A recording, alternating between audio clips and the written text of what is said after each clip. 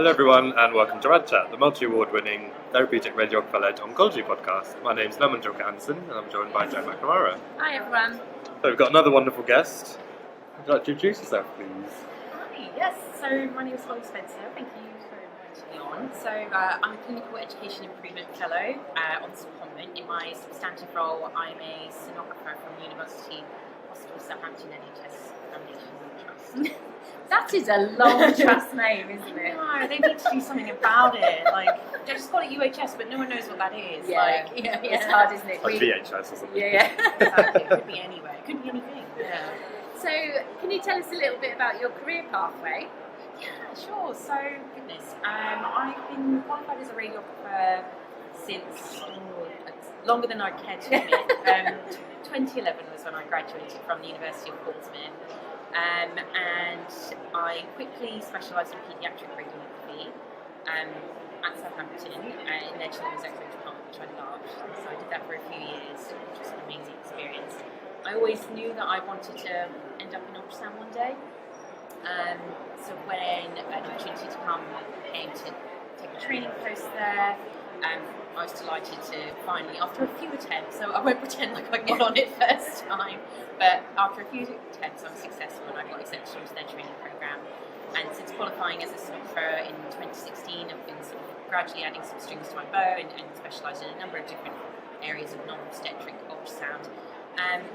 And then having done that for a few years, I thought I wanted to branch out and sort of build up my sort of systems leadership skills and sort of have a bit of a wider view on the world around us in terms of strategy and operations, because when you work in a small department you don't get to see the wider world that much.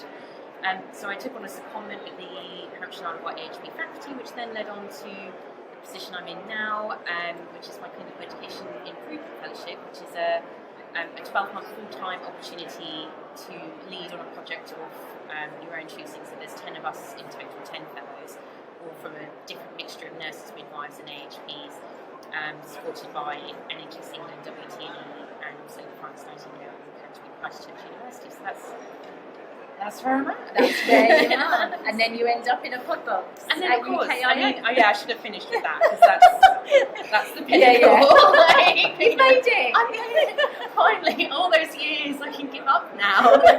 I've done everything I set out to do. Yeah. If you had to explain the physics or the science behind sonography to a child, how would you do it?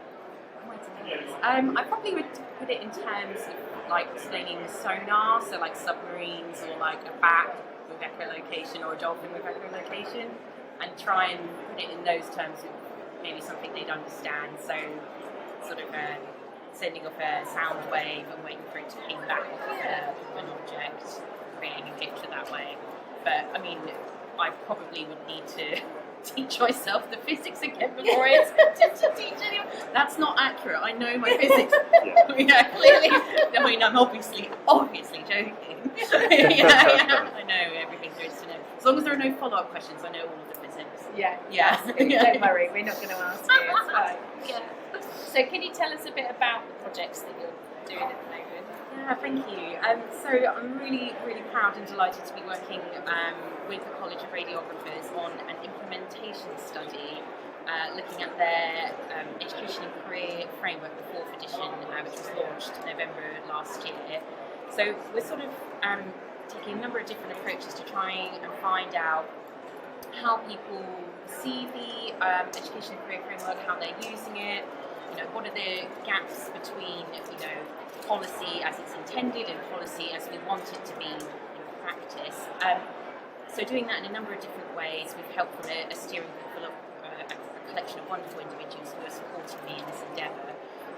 So one is a consultation survey, which I'm going to plug shamelessly. No, you go for it. You go for it. So please, anyone who's listening, please fill in the survey.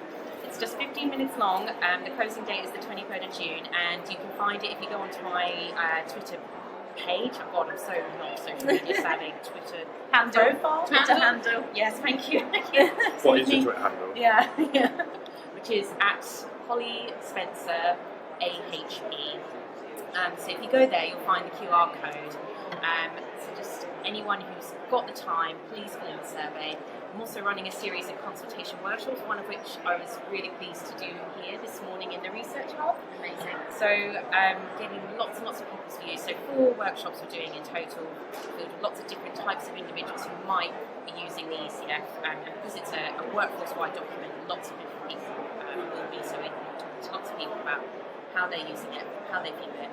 I'm going to pull all of that together, she says. Magically. She's going to sprinkle wishes and fairy dust all over it to synthesise the findings and hopefully create something that will help people use it better. That's the goal, that's the wish. And that should all be delivered with a nice bow on top by September of this year. Can I ask a bit of a sensitive question? Oh, I know, here it comes. It's not physics, you're fine. Yeah, sorry. Not for physics or something else, but we're all struggling in workforce. Why is it important for someone to do this survey when we haven't got time? You're absolutely right. I think that's part of the reason why, because we don't.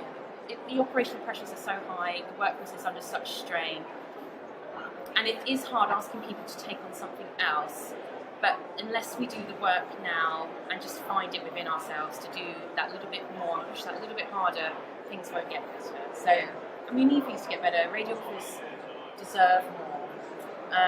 So I think we just need to pull together a little bit more and find that extra oomph and Do the survey. do the survey. Speaking of sensitive issues, I'm so regretful to say it is for diagnostic radiography. I know. I should have. If I'd let you back, you would have let me in here. It's We're important not though, that yeah. bad. Like It you are is. the bigger workforce compared to us. No. It's not about numbers. It is for the survey. But it's about. In terms of like a one person leading on a project, to make it achievable, I had to narrow it down a bit. But my hope is that the work will get picked up and something similar will be done for therapeutic radiographers, and there has been some interest in doing that. So, yes, yeah. Is there any initial things that you've kind of already seen, or is there anything that you anticipate to see? Well, what's been really interesting so far with the workshops, because I've completed 3 already. Obviously, the results of the survey I haven't yet had a chance to look at because that's still open. But it's a mixture of things you would expect to see, and a mixture of some surprises as well. But I think a lot of it comes down to, raising awareness. I think that's probably step 1 in terms of getting people to use the ACF. They need to be aware of it, and a lot of people just aren't, quite understandably, because we're all getting from all sides information thrown at us all the time, and like emails. Look at this, do this. I'm not surprised lots of people aren't aware of it, but that seems to be a big theme that's coming through. Another is just that engagement. It needs a top-down and bottom-up approach. No one group or no few individuals are going to make this happen. It requires everyone to sort of pull together in the same direction. So that's another thing that's coming through very strongly. And then all of the other complications that you might expect. People obviously talk about time and funding and those issues quite a lot, which I completely understand. But in terms of how can we make it easier to use, I think we're just going to have to take it one step at a time and build up. In 10 years' time, what do you hope will come out? Will it go even further? Even further, gosh. Hope for myself or hope for the framework? Both. Oh gosh. For the framework, I would like to see, it's very aspirational, and I'd like to see it be more fixed to reality.